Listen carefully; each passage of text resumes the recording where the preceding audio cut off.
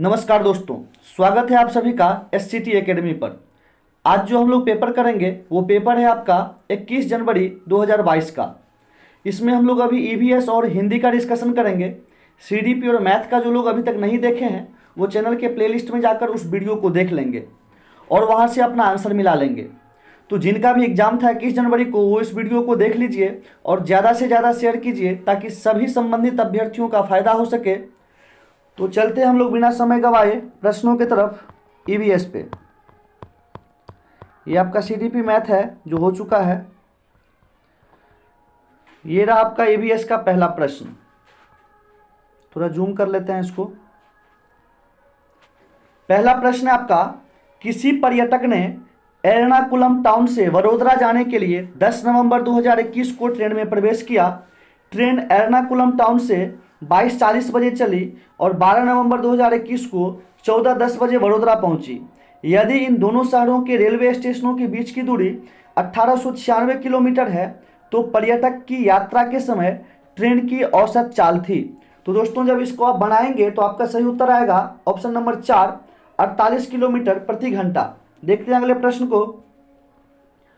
अगला प्रश्न है, मसालों का वह समूह जिसके प्रत्येक सदस्य को केरल में उगाया जाता है वह कौन सा है? काली मिर्च, हल्दी, तेजपत्ता, जीरा, लाल मिर्च और तेजपत्ता। तेजपत्ता, काली मिर्च, इलायची। आपका सही उत्तर यही हो जाएगा, तेजपत्ता, काली मिर्च और इलायची। ऑप्शन नंबर 3 आपका सही उत्तर है। चलते हैं अगले प्रश्न पे।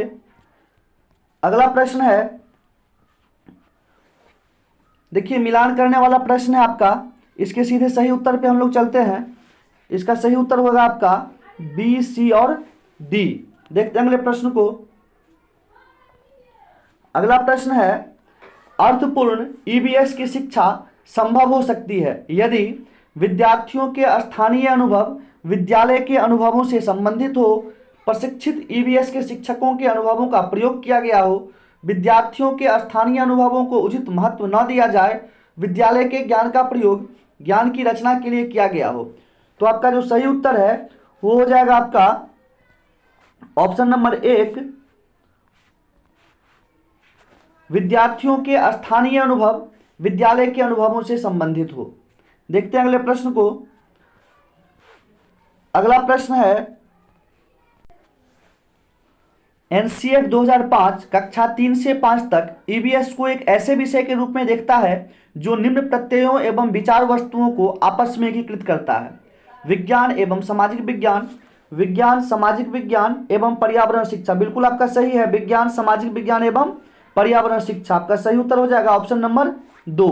चलते हैं आगे। अगला प्रश्न है, प्राइमरी स्तर पर EVS कक्षाओं की चुनौतियों व विषय समस्याओं को भली प्रकार संबोधित निम्न द्वारा किया जा सकता है: मुक्त वाद विवाद, व्याख्या एवं प्रदर्शन, विचार विमर्श के उपरांत वाद विवाद, व्याख्यान एवं विचार विमर्श। तो आपका सही उत्तर हो जाएगा ऑप्शन नंबर 3। चलते हैं आगे। अगला प्रश्न है, निम्न में से कौन सा EVS शिक्षण में रचनात्मक आकलन का उपकरण है? पोर्टफोलियो, दृष्टांत अभिलेख, दर मापक पैमाना, अवलोकन एवं रिकॉर्ड लिखना। तो आपका दर मापक पैमाना गलत है, बाकी तीनों ऑप्शन सही है। सही उत्तर हो जाएगा आपका ऑप्शन नंबर 4, A, B और D।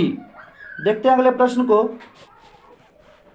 अगला प्रश्न है, एक EVS की अध्यापिका को अपनी EVS की कक्षा में निम्न में से किन चुनौतियों का सामना करना पड़ सकता है? कक्षा के बहुसांस्कृतिक आयाम, बिल्कुल सही है। प्रत्येक विद्यार्थी की भावनाएं, यह भी सही है। प्रत्येक के समुदाय, संस्कृति एवं जीवन शैली, यह भी सही है।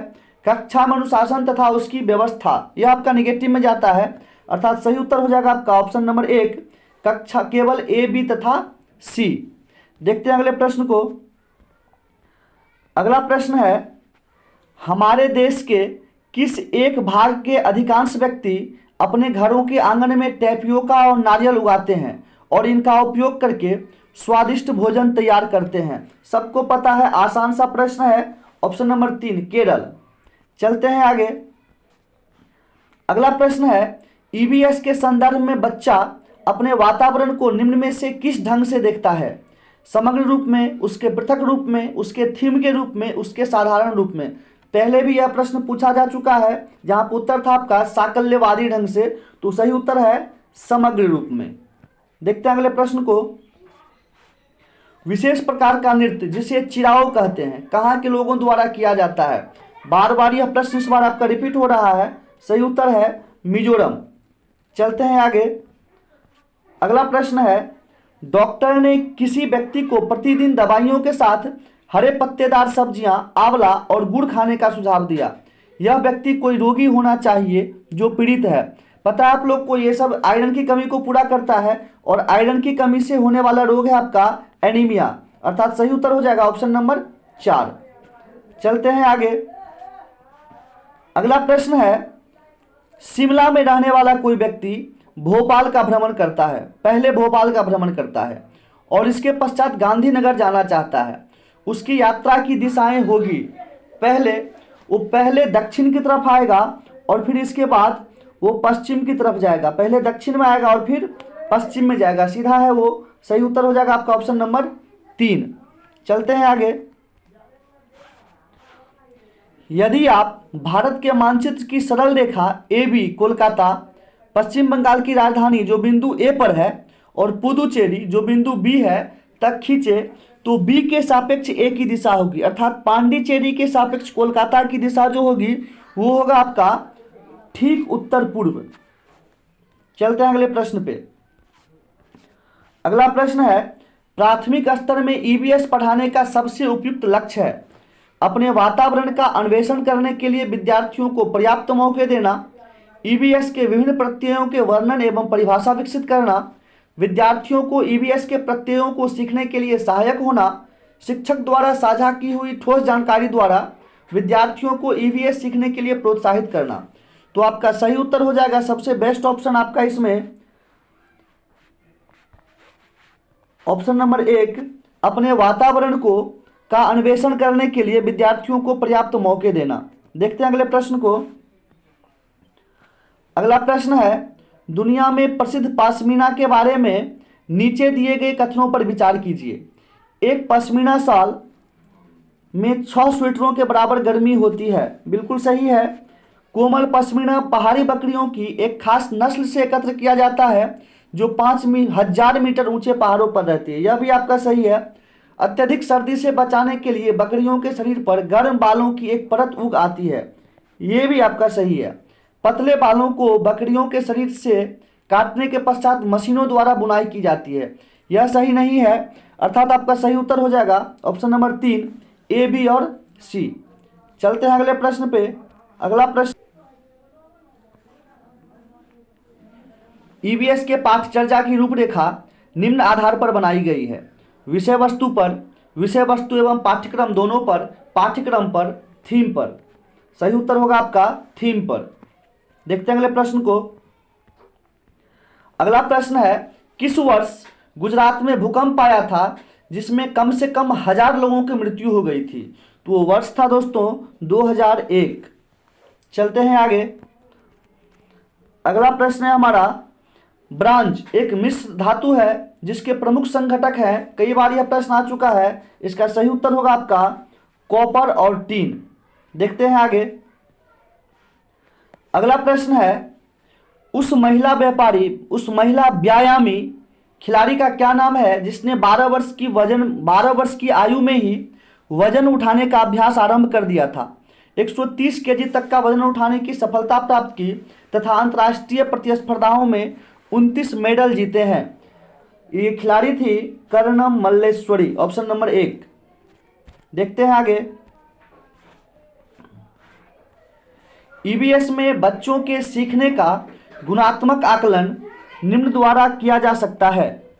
पहला ऑप्शन है बच्चों के विचारों का अवलोकन की रिपोर्ट्स। बिल्कुल सही है। प्रक्रिया कौशलों का अवलोकन, यह भी सही है।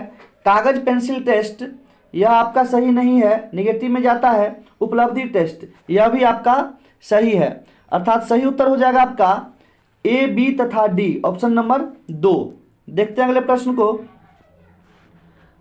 अगला प्रश्न है, आपका घर X पर स्थित है। सीधा इसके उत्तर पे चलते हैं। लंबा प्रश्न है, इसका उत्तर हो जाएगा 150 मीटर ठीक पश्चिम में। चलते हैं अगले प्रश्न पे। ईवीएस की कक्षाओं में सामूहिक गतिविधियों द्वारा सीखने को बढ़ावा दिया जाता है, क्योंकि यह विद्यार्थियों में सहपाठी एवं सामाजिक अधिगम उपलब्ध कराती है व उसमें सुधार लाती है। यह सहपाठी अधिगम उपलब्ध कराती है, यह विद्यार्थियों में सामाजिक आदान प्रदान को सुधारती है। विद्यार्थी केवल सामूहिक शिक्षा की मांग करते हैं। इसका सही उत्तर हो जाएगा आपका ऑप्शन नंबर 1 सही। यह विद्यार्थियों में सहपाठी एवं सामाजिक अधिगम उपलब्ध कराती है व उसमें सुधार लाती है। देखते हैं अगले प्रश्न को। अगला प्रश्न है, ईवीएस की शिक्षा में शिक्षकों द्वारा अभिभावकों एवं समुदाय की भागीदारी को बढ़ावा देने का सबसे उपयुक्त उद्देश्य है राष्ट्र की नीतियों की प्रस्तावनों का पालन करना, शिक्षक को विद्यार्थियों की सामाजिक सांस्कृतिक पृष्ठभूमि को जानने का अवसर देना, विद्यार्थियों को जानना तथा उनकी शिक्षा में उनका मार्गदर्शन करना, विद्यालय में अनुशासन बनाए रखना। तो शिक्षक और अभिभावकों का जो होता है आपका भागीदारी, उसका मुख्य उद्देश्य है शिक्षक को विद्यार्थियों की सामाजिक सांस्कृतिक पृष्ठभूमि को जानने का अवसर देना। चलते हैं अगले प्रश्न पे। हमारे देश के किस राज्य केंद्र शासित प्रदेश की सीमा समुद्र तट अरब सागर से लगती है? पुदुचेरी, यह आपका बंगाल की खाड़ी से लगता है। पश्चिम बंगाल भी बंगाल की खाड़ी से लगता है। कर्नाटक बिल्कुल सही है, यह आपका अरब सागर से लगता है। आंध्र प्रदेश भी बंगाल की खाड़ी से लगता है। तो आपका सही उत्तर हो गया ऑप्शन नंबर 3। चलते हैं अगले प्रश्न पे। अगला प्रश्न है, हमारे देश की राजधानी की स्थिति के सापेक्ष हिमाचल प्रदेश की राजधानी और मध्य प्रदेश की राजधानी क्रमशः स्थित है दक्षिण पूर्व और उत्तर पश्चिम में, उत्तर और दक्षिण में, दक्षिण पश्चिम और उत्तर पश्चिम में, उत्तर पूर्व और उत्तर पश्चिम में। इसका सही उत्तर हो जाएगा आपका ऑप्शन नंबर 2 उत्तर और दक्षिण में। चलते हैं अगले प्रश्न पे।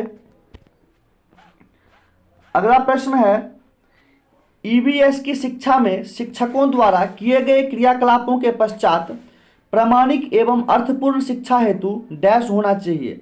क्रियाकलापों की सूची बनाना, विचार विमर्श, क्रियाकलापों की पुनरावृत्ति करना, क्रियाकलापों के चरण याद करना। इसका सही उत्तर हो जाएगा आपका विचार विमर्श, ऑप्शन नंबर 2। देखते हैं अगले प्रश्न को। निम्नलिखित में से क्या ईवीएस के अधिगम में प्रक्रिया कौशल को चिन्हित करता है? वर्णन, कथन, स्मरण, वर्गीकरण। आपका सही उत्तर हो जाएगा वर्गीकरण। चलते हैं आगे। अगला प्रश्न है, पक्षियों की उस प्रजाति का नाम क्या है जिसमें नर पक्षी अनेक सुंदर घोंसला बनाते हैं और मादा पक्षी उनमें से केवल एक घोंसला चुनते हैं और उसमें अंडे देते हैं? ये सारे तथ्य आप लोग को क्लास में बहुत अच्छे तरीके से बतलाए गए थे। कलचीरी, बया, शकरखोरा, दर्जिन चिड़िया। आपका सही उत्तर हो जाएगा बया, वीवर बर्ड। देखते हैं आगे।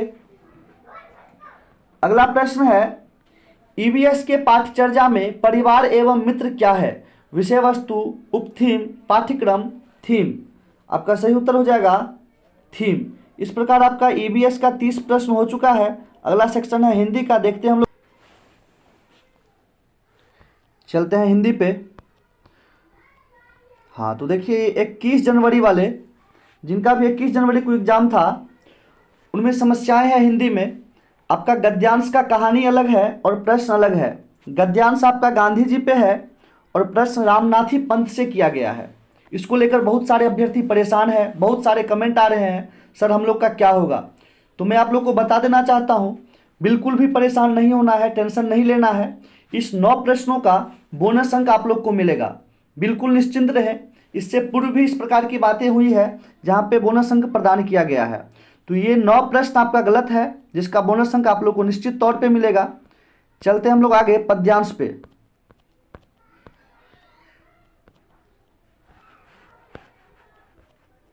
ये रहा आपका, यहां से शुरू होता है पद्यांश। पद्यांश का पहला प्रश्न है, निःसृत शब्द है तत्सम, तद्भव, देशज और विदेशज। निःसृत शब्द जो है आपका वो एक संस्कृत शब्द है और संस्कृत शब्द आपका तत्सम कहलाता है। चलते हैं अगले प्रश्न पे। अगला प्रश्न है, कुरु सभा में उपस्थित द्रौपदी के पतियों को क्या कहा जाता है? पांचाल, कुरु, पांडव, आभीर। देखिए इसका चर्चा पद में नहीं है, पूर्व जानकारी के आधार पे आप लोग को मानना है। इसमें सही उत्तर हो जाएगा ऑप्शन नंबर 3 पांडव। देखते हैं अगले प्रश्न पे। अगला प्रश्न है, यहाँ पांचाली से क्या आशय है? 5 पतियों की पत्नी, पांचाल देश की राजकुमारी, पांचाल जाति के लोग, 5 बेटों की मां। तो इसका सही उत्तर हो जाएगा आपका ऑप्शन नंबर 2, पांचाल देश की राजकुमारी। चलते हैं अगले प्रश्न पे। अगला प्रश्न है, द्रोणाचार्य शब्द का संधि विच्छेद क्या है? द्रोणा जोड़ चार्ज, द्रोण जोड़ चार्ज, द्रोण जोड़ आचार्य, द्रोणा जोड़ आचार्य। आपका सही उत्तर हो जाएगा यहाँ पे द्रोण जोड़ आचार्य, दीर्घ संधि। देखते हैं अगले प्रश्न को। अगला प्रश्न है, पिता को चाहिए था एक योद्धा। यहाँ किस योद्धा की बात हो रही है? तो यहाँ पे द्रुपद, अर्जुन, अश्वत्थामा, धृष्टद्युम्न। यहाँ पे धृष्टद्युम्न की बात हो रही है जो द्रौपदी का भाई था। चलते हैं अगले प्रश्न पे। अगला प्रश्न है, यज्ञ की अग्नि से कौन उत्पन्न हुआ? 5 पांडव, धृष्टद्युम्न, द्रौपदी, धृष्टद्युम्न और द्रौपदी। तो यज्ञ की अग्नि से दोनों उत्पन्न हुआ था, धृष्टद्युम्न और द्रौपदी। देखते हैं नेक्स्ट प्रश्न को। पद्यांश का प्रश्न आपका खत्म हुआ। अगला आपका शिक्षण से प्रश्न है, सभी बच्चे उन गतिविधियों द्वारा अभिप्रेरित होते हैं जिनकी योजना वयस्क द्वारा बनाई जाती है, जिनकी योजना बच्चों द्वारा बनाई जाती है, जो बच्चों के लिए अर्थपूर्ण होती है, जो अध्यापकों के लिए अर्थपूर्ण होती है। तो इसका सही उत्तर होगा जो बच्चों के लिए अर्थपूर्ण होती है। चलते हैं आगे। अगला प्रश्न है, बच्चों में भाषा जैविक रूप से उपस्थित होती है तथा वह भाषा बच्चों में ठीक उसी तरह से विकसित होती है जैसे कि अन्य जैविक कार्य। यह कथन किसने कहा? B.F. स्किनर, नोम चॉम्स्की, लेव वाइगोत्स्की, जीन पियाजे। तो आपका सही उत्तर हो जाएगा नेम चॉम्स्की, ऑप्शन नंबर 2। देखते हैं अगले प्रश्न को। अगला प्रश्न है, व्याकरण अनुवाद विधि अधिक बल देती है शुद्धता पर, प्रवाह पर, उपयुक्तता पर, उच्चारण पर। बिल्कुल आसान सा प्रश्न है, सही उत्तर होगा आपका शुद्धता पर। देखते हैं अगले प्रश्न को। अगला प्रश्न है, प्राथमिक स्तर पर किसी गतिविधि या किसी खेल के लिए अनुदेशन दिया जाना चाहिए। बच्चों की घर की भाषा या मातृभाषा में, द्वितीय भाषा या अंग्रेजी भाषा में, विद्यालय की भाषा या राज्य की भाषा में, शिक्षक की भाषा या अनुदेशन की भाषा में। तो दोस्तों यहाँ पे प्राथमिक स्तर की बात हो रही है तो घर की भाषा या मातृभाषा होगी, इसमें बच्चा बेहतर समझता है। आपका सही उत्तर हो जाएगा ऑप्शन नंबर 1। देखते हैं अगले प्रश्न को। अगला प्रश्न है, कहानियाँ बच्चों को भाषा अधिगम का आनंद लेने तथा उनमें विकसित करने लिए प्रोत्साहित करती है। साहित्य का सराहना बोध, भाषा के रूपों का जीवन कौशल, गत्यात्मक कौशल। सही उत्तर हो जाएगा आपका ऑप्शन नंबर 2, भाषा के रूपों का। देखते हैं अगले प्रश्न को। अगला प्रश्न है, निम्नलिखित में से कौन सा एक कौशल बच्चों को उनका हस्तलेखन विकसित करने में सहायता करेगा? अलमारी में कपड़ों को फैलाना, कुछ छलका देना, तिलियां उठाना, धागे में मन के पिरोना। आपका सही उत्तर हो जाएगा धागे में मन के पिरोना। चलते हैं अगले प्रश्न पे। क्वेश्चन नंबर 22 है आपका, प्रभावी रूप से व्याकरण पढ़ाने के बारे में निम्नलिखित में से कौन सा एक सही नहीं है? निगेटिव ढूंढना है यहाँ पे। वास्तविक संप्रेषण के रूप में प्रस्तुत करना बिल्कुल सही है। संदर्भ के अनुसार व्याकरण के प्रासंगिक नियम बनाना, यह भी आपका सही है। वास्तविक जीवन में संप्रेषण के समान अभ्यास करने के अवसर देना, यह भी सही है। नियमों को रटना आपका नेगेटिव है, तो आपका ऑप्शन नंबर 4 यही नेगेटिव है। सही उत्तर हो जाएगा आपका ऑप्शन नंबर 4। देखते हैं अगले प्रश्न को। अगला प्रश्न है, बच्चे अपने लिखने की शुरुआती यात्रा आड़ी तिरछी रेखाएं बनाकर करते हैं, ये चिन्ह कहलाते हैं। चित्रकारी, कीरम कांटे या स्क्रिबलिंग, लिखना, स्वयं की बर्तनी। तो जो लोग कीरम कांटे या स्क्रिबलिंग लगा करके आए हैं उनका बिल्कुल सही है, ऑप्शन नंबर 2। देखते हैं अगले प्रश्न को। द्विभाषी बच्चे या 2 भाषा जानने वाले बच्चे किसी से बात करते समय प्रायः एक भाषा के शब्दों का प्रयोग करते हैं, कहलाता है संकेत बदलना, संकेत मिश्रित करना, बहुभाषिकता, दक्षता स्तर। इसका सही उत्तर होगा आपका बहुभाषिकता। चलते हैं आगे। अगला प्रश्न है, शिक्षक बच्चों का आकलन करता है या करती है यह ज्ञात करने के लिए कि कक्षा में कौन भाषा का श्रेष्ठतम उपयोग करते हैं। यह पता लगाने के लिए कि बच्चों को सीखने में कहाँ कमी आ रही है। बच्चों को उनके आगे के अधिगम के लिए सहायता प्रदान करने हेतु योजना बनाने के लिए, बच्चे को उसके सहपाठी से तुलना करने के लिए। तो उसका सही आंसर हो जाएगा यह पता लगाने के लिए कि बच्चों को सीखने में कहाँ कमी आ रही है। Option number 2। देखते हैं अगले प्रश्न को। अगला प्रश्न है, विद्यार्थियों के अधिगम के आकलन के लिए उपयोग की जाने वाली स्कोरिंग मार्गदर्शिका को कहते हैं रूब्रिक्स, जांच सूची, अनुसूची या विस्तृत सूची, क्रम निर्धारण मापनी। आपका सही उत्तर होगा ऑप्शन नंबर 1 रूब्रिक्स। देखते हैं अगले प्रश्न को। शिक्षा में भाषा अधिगम की प्रक्रिया को बढ़ावा देने के लिए तकनीकी का प्रयोग करना डैश कहलाता है। भाषा अधिगम की प्रक्रिया है यहाँ पे, तो इसमें हम लोग बातचीत करते हैं और बातचीत करने में आपका हो जाएगा संप्रेषण प्रौद्योगिकी। Option number 4। देखते हैं अगले प्रश्न को। अगला प्रश्न है, निम्नलिखित में से कौन सा भाषा की पुस्तक में चित्रों के बारे में सबसे महत्वपूर्ण है। चित्र अपरिचित एवं याद किए जा सकने वाले संदर्भों में भाषा को समझने में मदद करते हैं। चित्र शिक्षार्थी द्वारा अपने आसपास क्या देखा, सुना और महसूस किया को मिलाने में सहायता करते हैं। बच्चों की दृश्य साक्षरता विकसित करते हैं। चित्र शिक्षार्थी द्वारा अपने आसपास क्या देखा, सुना और महसूस किया को मिलाने में सहायता करते हैं। बच्चों की दृश्य साक्षरता विकसित करते हैं। चित्र बनाने वाले तथा शिक्षक की कला एवं सौंदर्यबोध की सराहना करते हैं।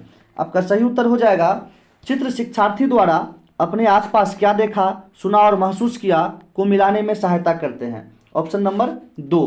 देखते हैं अगले प्रश्न को। अगला प्रश्न है, निम्नलिखित में से किस पर साक्षरता अर्जित करने में कुशलता होनी चाहिए।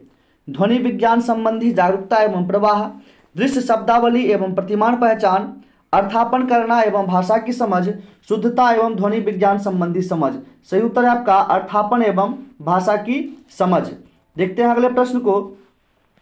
अगला प्रश्न है, निम्नलिखित कथन के संदर्भ में कौन सा विकल्प सही नहीं है। कविता, गीत एवं मंत्र के तरीके हैं जिनसे बच्चे नहीं है, यहाँ पे निगेटिव ढूंढना है हम लोग को।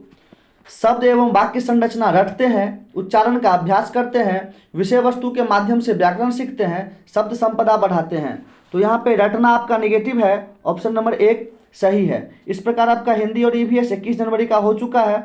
एक बार फिर बतला देना चाहता हूँ कि गद्यांश के 9 नंबर के लिए आप लोग बिल्कुल निश्चिंत रहे, निश्चित तौर पे उसका बोनस अंक आप लोग को मिलेगा। तो उम्मीद करता हूँ यह वीडियो आपको पसंद आया होगा। पसंद आया तो वीडियो को लाइक, शेयर और सब्सक्राइब करें। तो मिलते हैं नेक्स्ट वीडियो में, तब तक के लिए धन्यवाद। जय हिंद।